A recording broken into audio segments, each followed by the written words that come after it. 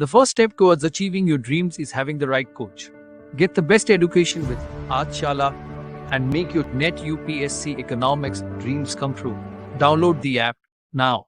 Hello everyone, welcome back to my channel. I am Sunidhi Arya and I teach economics on this channel.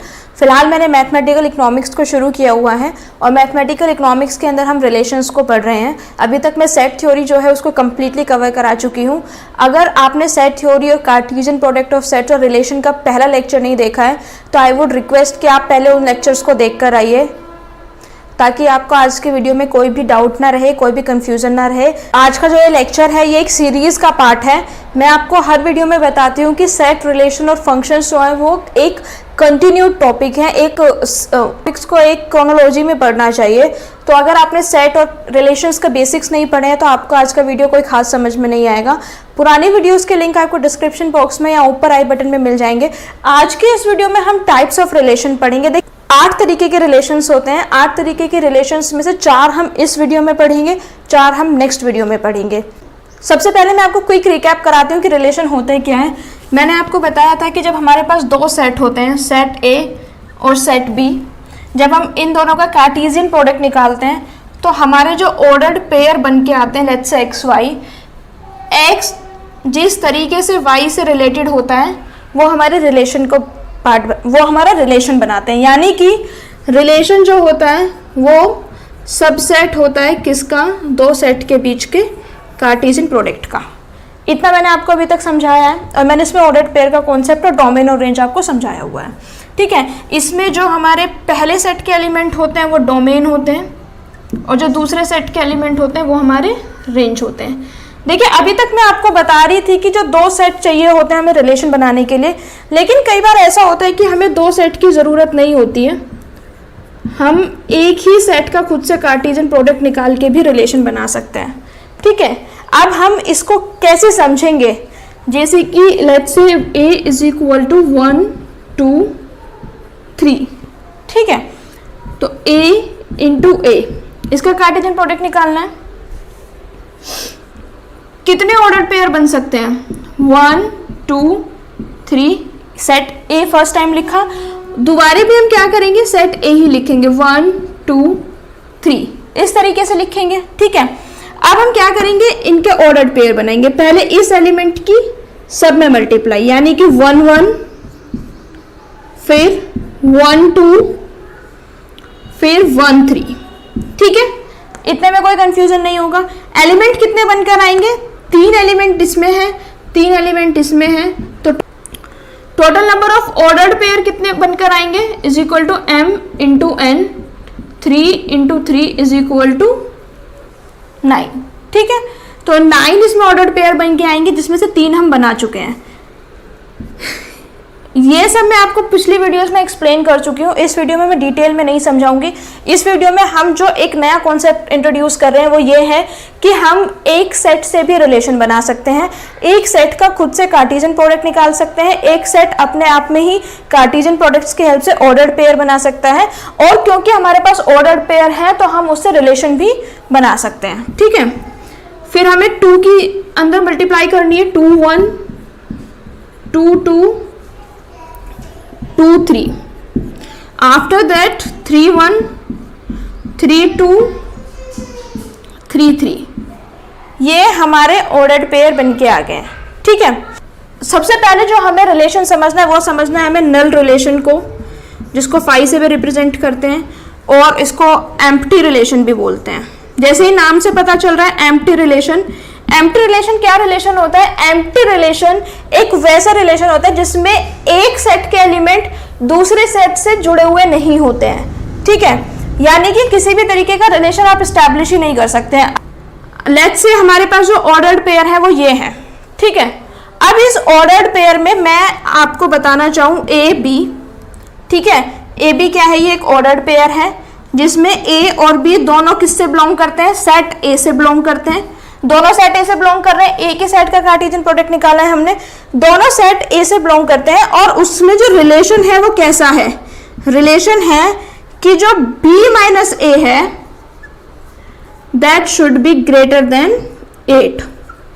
अब आप देखिए इस relation को कोई भी ऑर्डर्ड पेयर सेटिस्फाई नहीं कर सकता है। 3 में से 3 गए 0, यहाँ पे मैंने मॉड लगा दिया है तो नेगेटिव साइन को हम कंसीडर नहीं करेंगे, केवल हमें पॉजिटिव वैल्यू को कंसीडर करना है, इसीलिए मैंने यहाँ पे मॉड्यूलस लगाया है।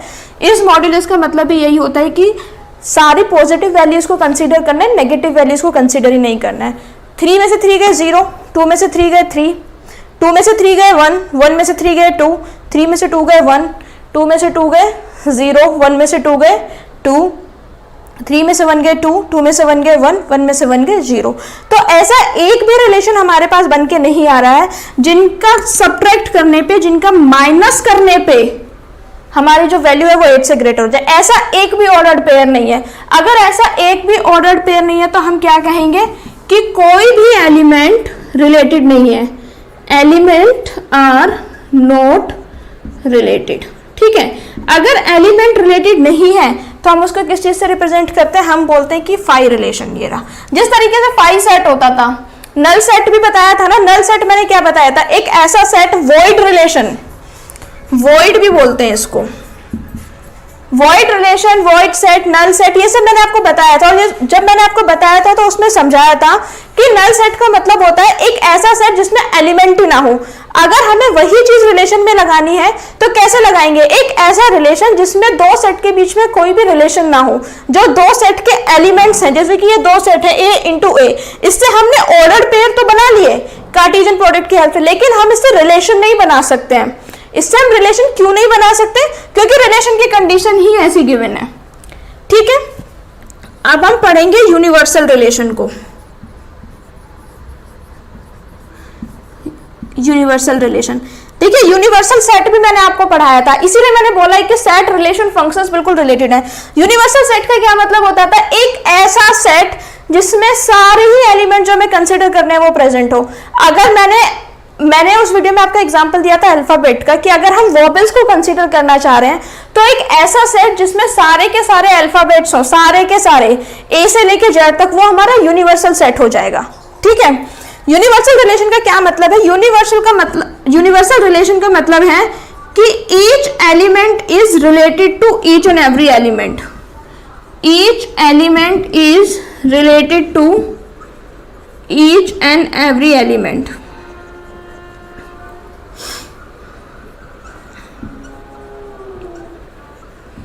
ठीक है, यानी कि जितने भी एलिमेंट है वो रिलेटेड होंगे एक ईच एंड एवरी एलिमेंट से। ठीक है, अगर मैं इसमें ये कर दूं b माइनस a, अगर मैं इसी सेट को रीडिफाइन कर दूं a b, ठीक है, जहां पे a और b दोनों सेट a से बिलोंग करते हैं और रिलेशन उनके बीच में क्या है, b minus a is greater than और इक्वल टू 0। ठीक है, एक ऐसा सेट जिसमें b माइनस a जो करने के बाद 0 के इक्वल आए। ठीक है, अब आप देखेंगे कि सारे ही ऑर्डर्ड पेयर इसमें कंसीडर हो जाएंगे। 1 में से 1 गए 0, 0 है, इक्वल भी कंसीडर कर सकते हैं 0 के। 2 माइनस 1 1, 3 माइनस 1 2, 1 माइनस 2 माइनस 1, लेकिन मोड लगा हुआ है तो पॉजिटिव आ जाएगा। 2 में से 2 गए 0, 3 में से 2 गए 1, 1 में से 3 2, 2 में से 3 गया 1, 3 में से 3 गए 0। नल रिलेशन जो है वो एलिमेंट जिसमें कोई भी एलिमेंट रिलेटेड नहीं हो, दो सेट के बीच में अगर किसी भी तरीके का रिलेशन हम स्टैब्लिश नहीं कर पा रहे और ऑर्डर्ड पेयर के बीच में अगर रिलेशन को स्टैब्लिश ना कर पाए तो वो नल सेट, और अगर हम हर एलिमेंट के साथ रिलेशन स्टैब्लिश कर पाए तो वो यूनिवर्सल रिलेशन। अब सबसे ज्यादा इंपॉर्टेंट बात यह है कि यूनिवर्सल रिलेशन जो होता है वो सबसे बड़ा रिलेशन होता है, लार्ज रिलेशन होता है। यूनिवर्सल रिलेशन से बड़ा कोई लार्ज रिलेशन नहीं होता है, और जो वॉइड रिलेशन होता है वो सबसे छोटा रिलेशन होता है, इससे छोटा रिलेशन कुछ होता ही नहीं है, स्मॉल रिलेशन। ठीक है, कई बार कॉम्पिटिटिव एग्जाम्स में इसी तरीके से क्वेश्चन पूछे जाते हैं कि सबसे स्मॉल रिलेशन कौन सा है, सबसे लार्ज रिलेशन कौन सा है। तो जो वॉइड रिलेशन होता है वो सबसे छोटा रिलेशन है, जो यूनिवर्सल रिलेशन है वो सबसे बड़ा रिलेशन है। अभी इसी के बेस पे हमें दो अलग अलग तरीके के रिलेशंस को और समझना है। अब हम समझेंगे identity relation. Identity relation, identity relation का मतलब होता है, आइडेंटिटी का मतलब क्या होता है, पहचान, और आइडेंटिटी का मतलब मैथमेटिक्स में होता है 1, यानी कि एक जैसा, एक जैसा। तो ऐसे सारे रिलेशन, ऐसे सारे ऑर्डर्ड पेयर जो खुद का खुद में रिलेशन बनाए, यानी कि 1 2 3 है ना, अगर 1 2 3 के अंदर मैं 1 का खुद से रिलेशन स्टैब्लिश करूं, 1 1, फिर 2 2 और फिर 3 3, ठीक है, यानी कि हर एलिमेंट का केवल और केवल खुद से रिलेशन जब हम कंसीडर करेंगे, देखिए इसमें 1 का केवल 1 से रिलेशन कंसीडर किया गया है, 2 का केवल 2 से रिलेशन कंसीडर किया गया है और 3 का केवल 3 से रिलेशन कंसीडर किया गया है। उसके अलावा हम किसी भी एलिमेंट के रिलेशन को कंसीडर ही ना करें तो वो आइडेंटिटी रिलेशन हो जाता है। आइडेंटिटी रिलेशन और रिफ्लेक्सिव रिलेशन जो होते हैं वो रिलेटेड होते हैं आपस में। रिफ्लेक्सिव रिलेशन मैं बाद में पढ़ाऊंगी, पहले मैं बेसिक रिलेशंस पढ़ा रही हूं। तो आपको इसमें यह याद रखना है कि आइडेंटिटी रिलेशन वो रिलेशन होता है जिसमें हम केवल खुद के रिलेशन को कंसीडर करते हैं। अगर मैं इसमें लिख दूं, देखिए 3,1 ये भी ऑर्डर्ड पेयर है, अगर मैं 3,1 यहां पे लिख दूं तो क्या ये आइडेंटिटी रिलेशन रहेगा? नहीं रहेगा। क्यों नहीं रहेगा? क्योंकि इसमें बाकी के एलिमेंट भी आ गए। आइडेंटिटी रिलेशन में बाकी के एलिमेंट नहीं आएंगे, केवल वही ऑर्डर्ड पेयर आएंगे जो खुद का इंडिविजुअल रिलेशन बना रहे होंगे, ठीक है। फोर्थ रिलेशन हमें समझना है इनवर्स रिलेशन। इनवर्स रिलेशन कुछ बुक में इसको इनवर्स ऑफ ए रिलेशन भी बोलते हैं, इनवर्स ऑफ रिलेशन। इसमें समझने वाली बात क्या है, अगर R A, B है तो R इनवर्स, इनवर्स को कैसे डिनोट करते हैं? -1। ये R इनवर्स को डिनोट करने का तरीका है, वो क्या हो जाएगा? B A।